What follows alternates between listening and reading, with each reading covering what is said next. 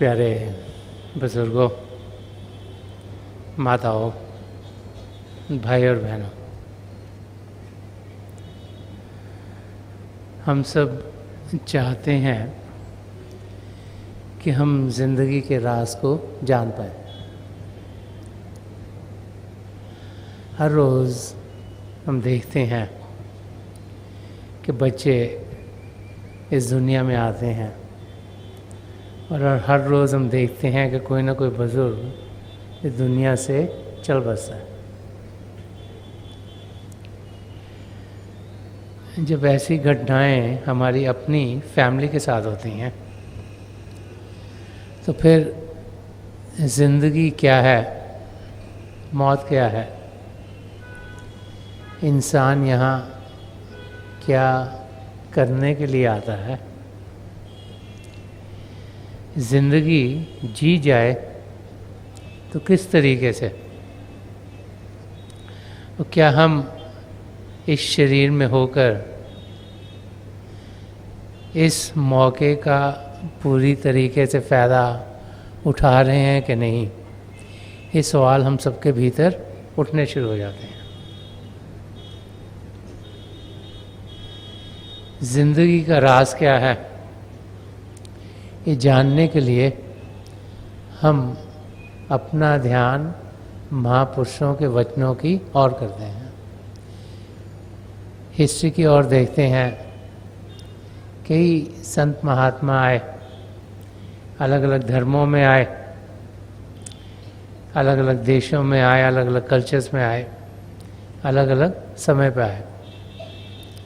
उनके लफ्ज़ जो उस समय उन्होंने अपनी अपनी भाषाओं में कहे, वो आज भी हमें इशारा देते हैं कि किस किस्म की ज़िंदगी हमारी होनी चाहिए। संदर्शन सिंह जी महाराज ने बहुत कुछ रूहानियत के बारे में कहा है। वो इन्हीं सवालों के बारे में एक शेर के ज़रिए हमें समझा रहे हैं कि मकसद हमारा किस किस्म का होना चाहिए और हम जिनके अंदर असलियत है, हम सब जिनके भीतर प्रभु बैठे हुए हैं, हम सब प्रभु की नज़दीकी पाते हुए भी कैसे बाहर की चीज़ों में भड़क जाते हैं। इंसान क्योंकि अपने आप को मन इंद्रियों के घाट पर पाता है, तो सब कुछ जो उस घाट पर उसे मिलता है उसे ही असली समझता है। वो सोचता है कि सब कुछ उसे प्राप्त भी वहाँ से ही होगा। लेकिन महापुरुष समझाते हैं कि सब कुछ हमें बाहर से नहीं, अंदर की दुनिया से मिलेगा। चंद लफ्ज़ों में महापुरुष बहुत कुछ किया जाते हैं। संदर्शन सिंह जी महाराज ने इस शेर में फरमाया है कि जब आदमी मुद्दाए हक है, जब आदमी मुद्दाए हक है तो क्या कहें मुद्दा कहाँ है। फरमा रहे हैं कि जब आदमी को खुद परमात्मा ढूंढ रहा है, क्योंकि परमात्मा तो चाहता है कि हमारी आत्मा प्रभु में लीन हो, परमात्मा चाहता है हम प्रभु से एक में हों, परमात्मा चाहता है हम 84 लाख जिया जून से अलग हों। तो फरमा रहे हैं कि जब आदमी मुद्दा हक है, कि जो ज़िंदगी का मुद्दा है, जो ज़िंदगी का गोल है, उसके हम हकदारी हैं, हम उसका हक पाने के लायक हैं। कि जब आदमी मुद्दा हक है तो क्या कहें मुद्दा कहाँ है। तो कह रहे हम उस गोल को, उस मुद्दे को पाने के हकदारी हैं, क्योंकि प्रभु ने ही हमें छांटा है। हमारी आत्मा तो 84 लाख जिया जून में चक्कर काट रही थी, कभी एक योनि में, कभी दूसरे में, कभी तीसरी में। तो प्रभु ने खुद हमें पिकअप कराया वहाँ से, उस 84 लाख जिया जून के चक्कर से निकालने के लिए हमारी आत्मा को ये मानव चोला दिया। तो हम बड़े खुशकिस्मत हैं, और हम फिर ढूंढ रहे हैं कि मकसद क्या है ज़िंदगी का। कि मकसद तो प्रभु ने हमें पहले से ही दे दिया, नहीं तो हम 84 लाखों में से जो बाकी योनियां हैं उनमें ही भड़क रहे होते। और इस लाइन में फरमा रहे हैं कि खुदा है खुद जिसके दिल में पिना। पिना का मतलब होता है उसके अंदर बसा हुआ है, कि खुदा है खुद जिसके दिल में पिना, वो ढूंढता है खुदा कहाँ है।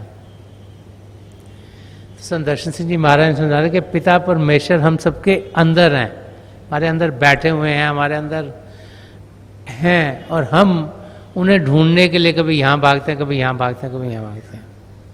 कबीर साहब वो कस्तूरी हिरन का एग्जाम्पल देते हैं कि जो कस्तूरी का हिरन है उसके अंदर से कस्तूरी की बड़ी अच्छी खुशबू निकलती है। वो खुशबू को सूंघता है और फिर उसको ढूंढने भाग जाता है, कभी यहाँ भागता है, कभी वहाँ भागता है, कभी वहाँ भागता है। से ये समझ में नहीं आता है कि खुशबू उसके अंदर से आ रही है। वही हालत इंसान की है।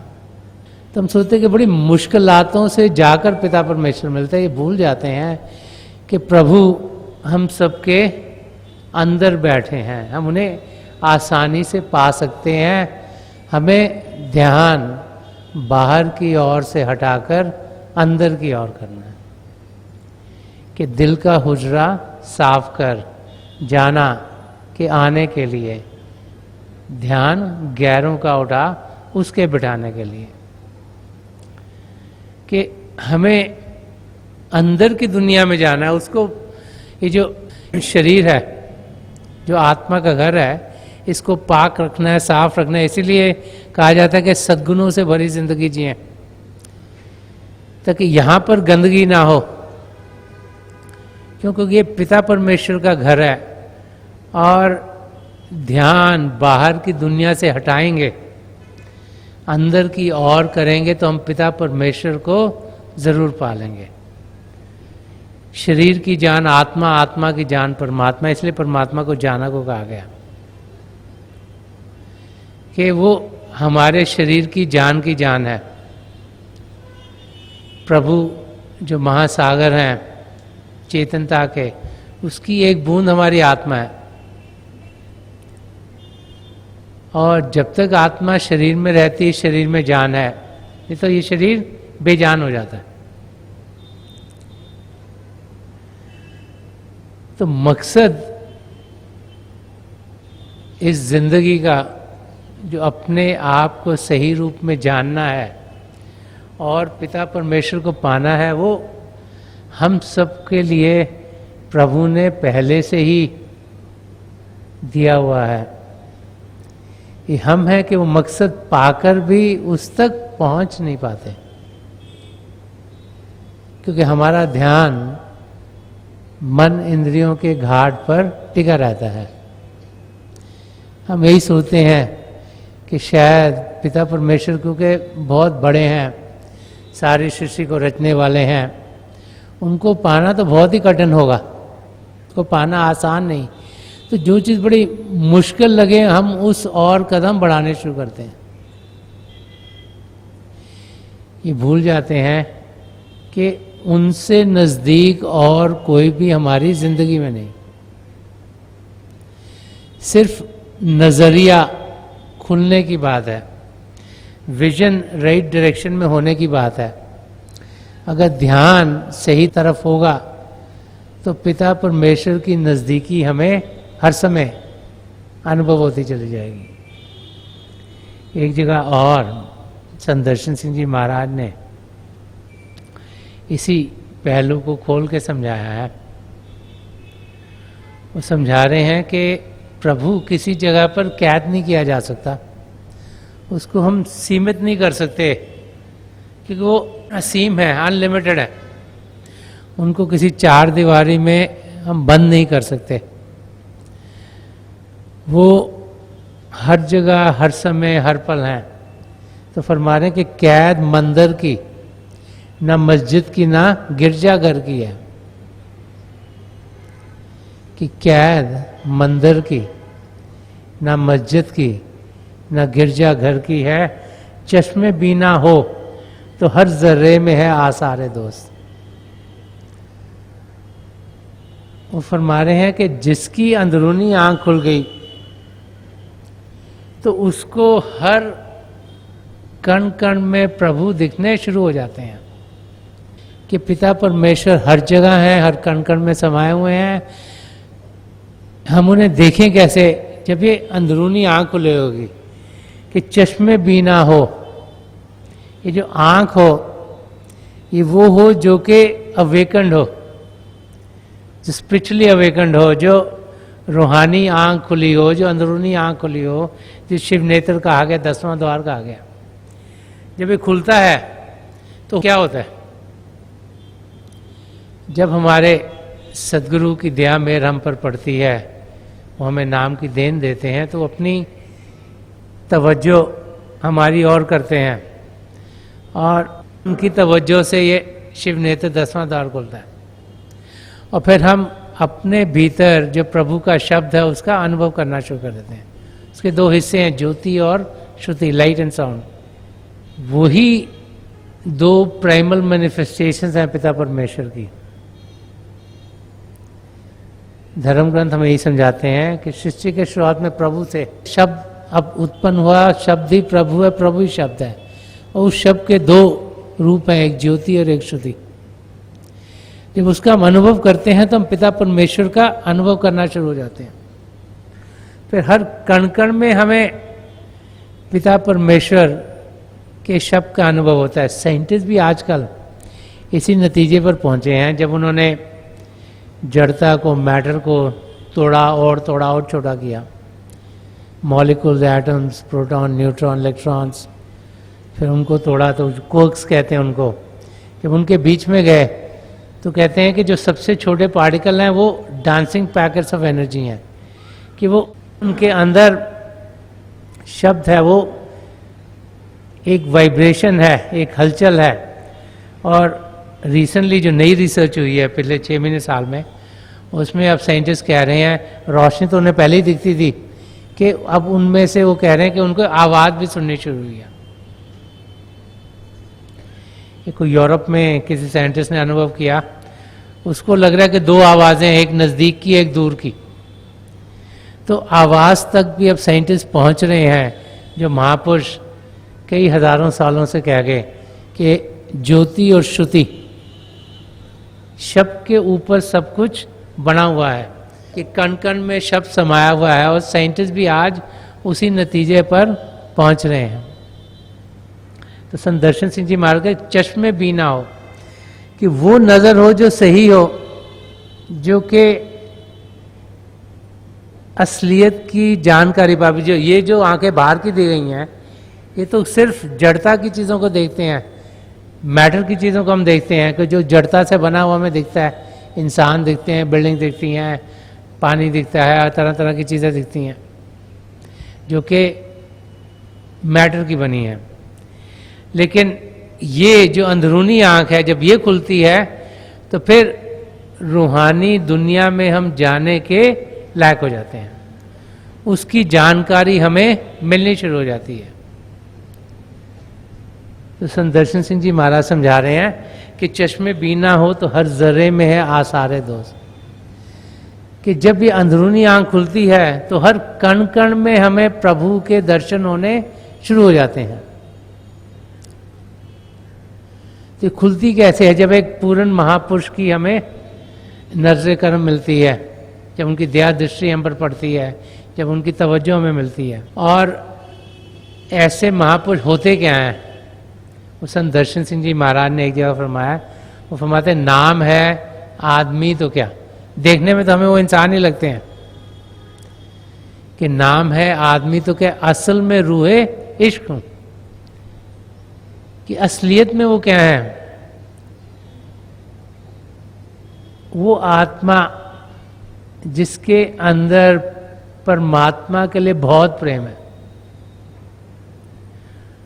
और वो आत्मा जिसके अंदर परमात्मा के लिए बहुत प्रेम है, उसके अंदर फिर सारी सृष्टि में हर एक जीवों के लिए बहुत प्रेम है, क्योंकि उस आत्मा को ये जानकारी हो गई है कि वो प्रभु का अंश है, प्रभु की रजा से वो यहाँ भेजे गए हैं। प्रभु ने उन्हें एक कार्य से भेजा और कहा कि आप जाकर जो भटकी हुई रूहें हैं, चाहे वो कहीं भी हो, उनमें प्यार उत्पन्न कीजिएगा, ताकि वो भी प्यार के रास्ते के जरिए अपनी मंजिल तक पहुंच जाए, उस आत्मा का मिलाप पिता परमेश्वर में हो जाए।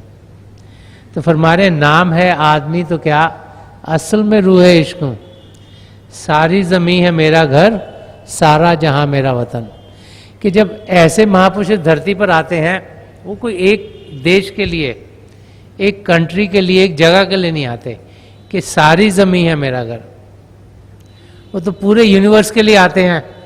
अगर कोई एक आत्मा अफ्रीका में बैठी है, 2 आत्माएं यूरोप में बैठी हैं, 4 आत्माएं अमेरिका में बैठी हैं, कोई ऑस्ट्रेलिया में है, कोई मिडिल ईस्ट में है, तो वो जहां जहां आत्माएं बैठी हैं उन सब के लिए आए होते हैं। इसलिए संत दर्शन सिंह जी महाराज फरमा रहे कि सारी जमीन है मेरा घर। उनको तो देखना है कि कौन कौन सी आत्माएं हैं जिन्होंने वापस घर जाना है, जो तैयार हैं, और जो नहीं तैयार उनको तैयार करके लेके जाना है। वो कहते हैं जब भी संत महापुरुष आते हैं, पहले से ही किन किन आत्माओं को उन्होंने लेके जाना है वो पहले से ही निर्भर है, लेकिन उनकी दया दृष्टि के साथ और बहुत सी आत्माएं भी चली जाती हैं जिन पर वो अपनी दया दृष्टि डालते हैं, अपनी नजर कर्म करते हैं। तो फरमा रहे हैं कि सारी जमीन है मेरा घर, सारा जहां मेरा वतन।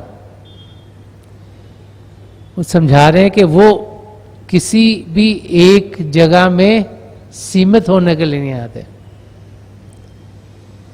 ऐसी जिंदगी संत दर्शन सिंह जी महाराज की थी, ऐसी जिंदगी परम संत कृपाल सिंह जी महाराज की थी, ऐसी जिंदगी हजूर बाबा सावन सिंह जी महाराज की थी।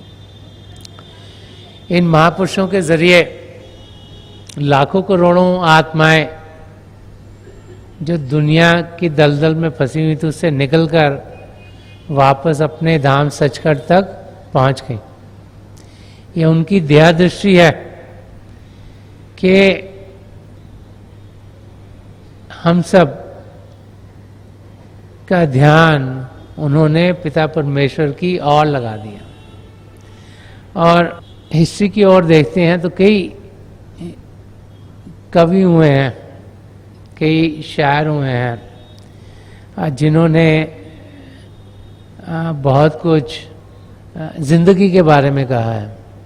गालिब, जिसे कि बहुत मशहूर शायर समझा जाता है, उसने भी कुछ इंसान के बारे में और एक सदगुरु के बारे में एक शेर लिखा है कि इंसान की बदबख्ती का कोई अंदाज नहीं, कि इंसान की बदबख्ती का कोई अंदाज नहीं, कमबख्त खुदा होकर बंदा नजर आता है। कह रहे हैं कि जब एक सदगुरु को हम बाहरी रूप से देखते हैं तो मैं एक वो आम इंसान के माफिक दिखाई देता है, लेकिन उनकी रूह क्योंकि पिता परमेश्वर के साथ जुड़ी हुई है, उनके अंदर क्योंकि प्रभु की सत्ता जागृत रूप में काम कर रही है, तो इसलिए फरमा रहे हैं कि कमबख्त खुदा होकर बंदा नजर आता है। और यही कहीं महापुरुषों के जरिए हम सुनते हैं कि पूर्ण महापुरुष हमें मददगार होता है कि हम अपने आप को जान पाएं और पिता परमेश्वर को पालें।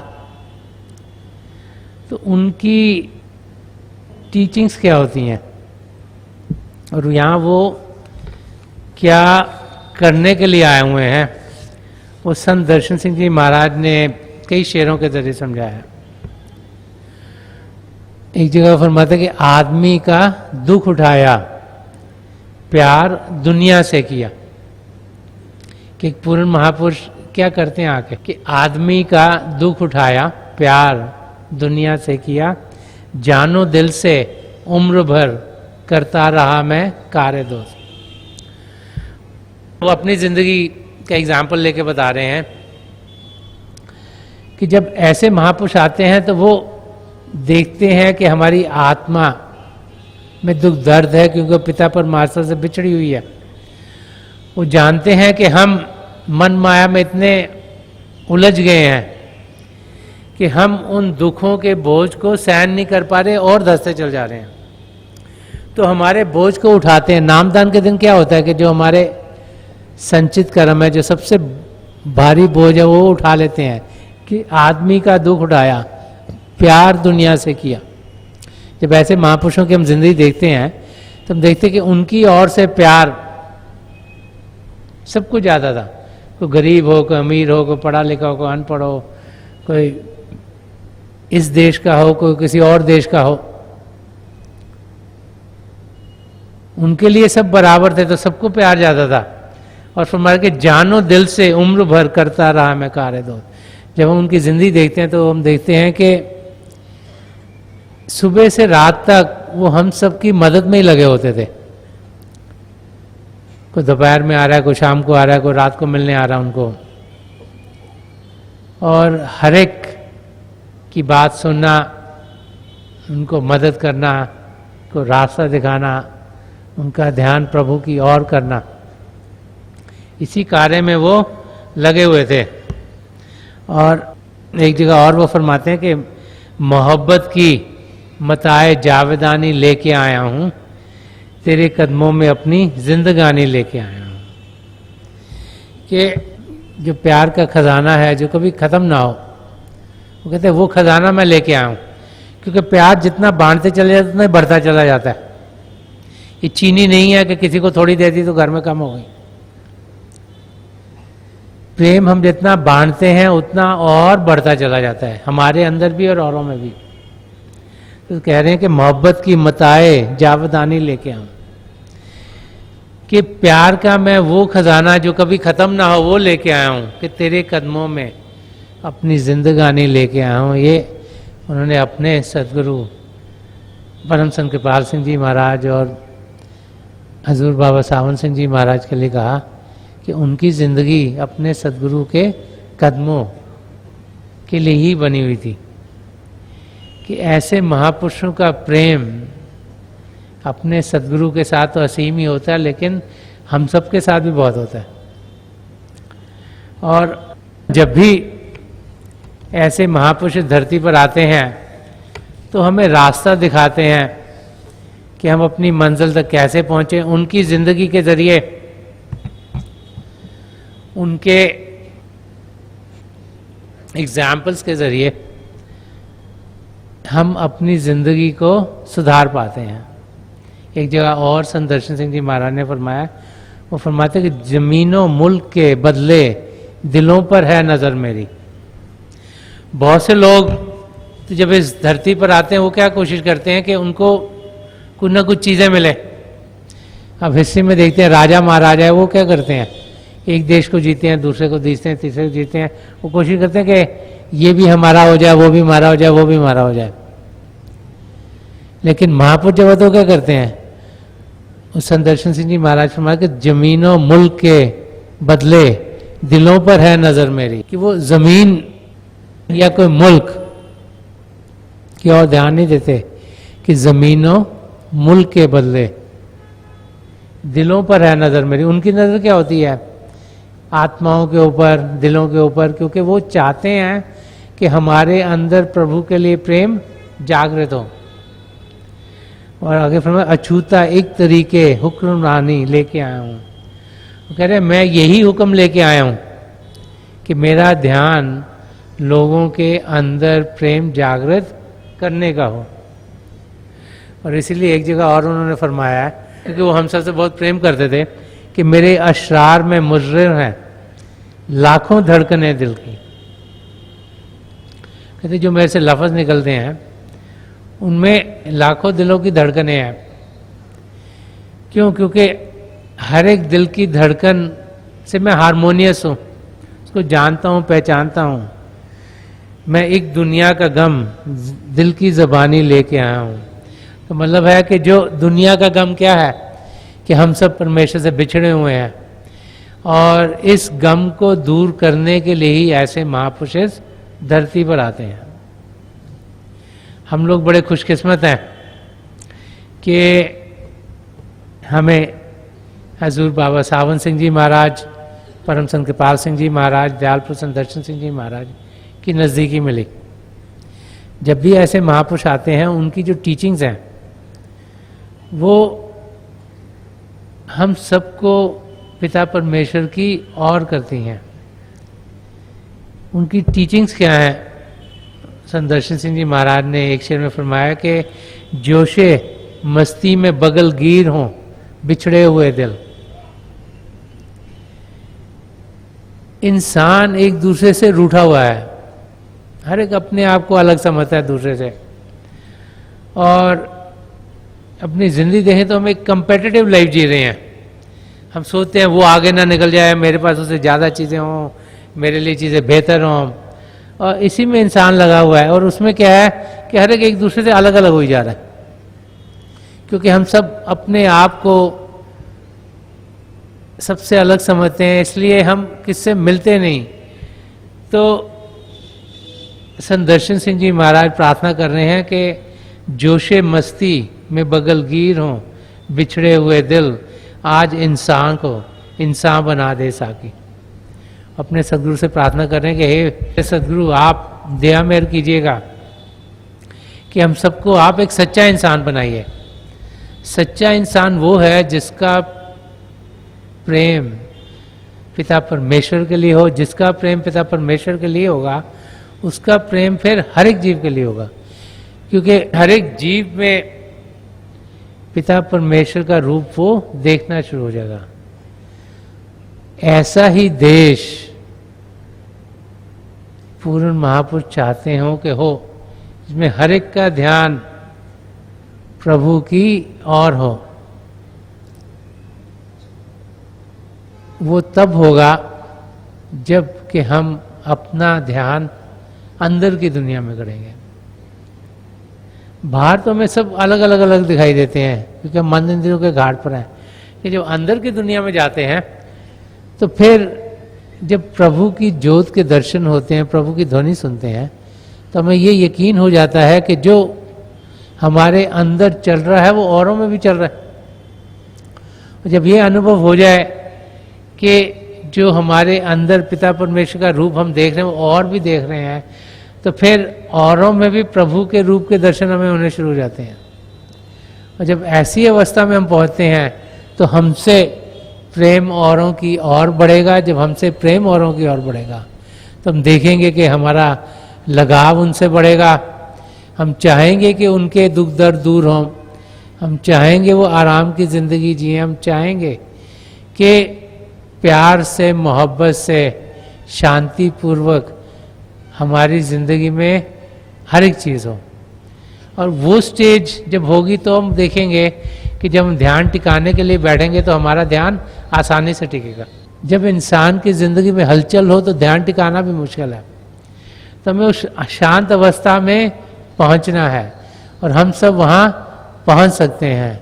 मेरी प्रभु के चरण कमलों में जो पिछली सेंचुरी के महापुरुष हजूर बाबा सावन सिंह जी महाराज, परम संत कृपाल सिंह जी महाराज और दयाल प्रसन्न दर्शन सिंह जी महाराज, उनके चरण कमलों में यही प्रार्थना है कि हम अपने अंदर जो प्रभु की ज्योत के दर्शन हम सबको, जिनको नाम की देन मिली है, हमारे महापुरुषों ने कराए हैं, उसका अनुभव दिन ब दिन और बढ़ाते चले जाएं। जब हम बाकायदगी से रोज़ाना बैठेंगे तो हम देखेंगे कि हमारे अनुभव बढ़ते चले जाएंगे।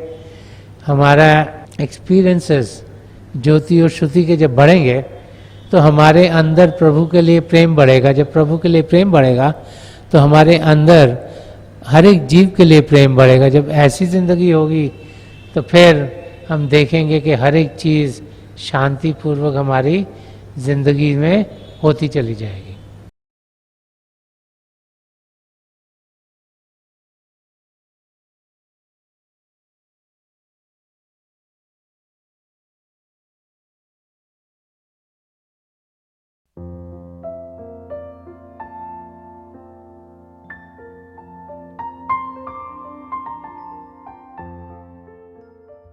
तो थोड़ी देर के लिए हम सब अभ्यास के लिए बैठ जाएं। आप जहाँ भी बैठे आराम से बैठेगा, अपनी आंखें बंद कर लीजिएगा। ये जो आई बॉल्स आँखों को डेलें सीधे सामने होनी चाहिए, जैसे 8-10 इंच आपके सामने फोकस हो। तो आंखें बंद करते ही वो भाई बहन जिन्हें नाम की देन मिली है, आप सिमरन कीजिएगा। और वो भाई बहन जो यहाँ नए हैं, आप पिता परमेश्वर के किसी भी जाति नाम का जाप कर सकते हैं। जाप मन ही मन करना है, ऊंचा नहीं दोहराना। आपके सामने रोशनी खुलनी शुरू हो जाएगी। शुरू में हो सकता है रोशनी के चिन्ह हो, रोशनियाँ टिकी हुई हों, रोशनियाँ किसी भी रंग की हो सकती हैं, लाल, पीला, नीला, हरा, संतरी, सफ़ेद, कोई भी रंग हो। जो कुछ भी दिखता है उसके बीच में देखिएगा और बहुत से नज़ारे आपको देखने में मिलेंगे। मेरी प्रभु के चरण कमलों में जो पिछली सेंचुरी के महापुरुष हुए हजूर बाबा सावन सिंह जी महाराज, परम संत कृपाल सिंह जी महाराज, दयाल पुरुष सुदर्शन सिंह जी महाराज के चरण कमलों में यही प्रार्थना है कि जो जो हम सबके लिए बेहतर हो वही हमारी ज़िंदगी में ढले। इन महापुरुषों की इतनी दया में रहो कि हम सबके साथ जुड़ें और अपने भीतर प्रभु की ज्योत के दर्शन कर पाएँ। थोड़ी देर में मैं आपको इस बैठक से उठाऊँगा और मेरी शुभकामनाएं आप सबके साथ हैं।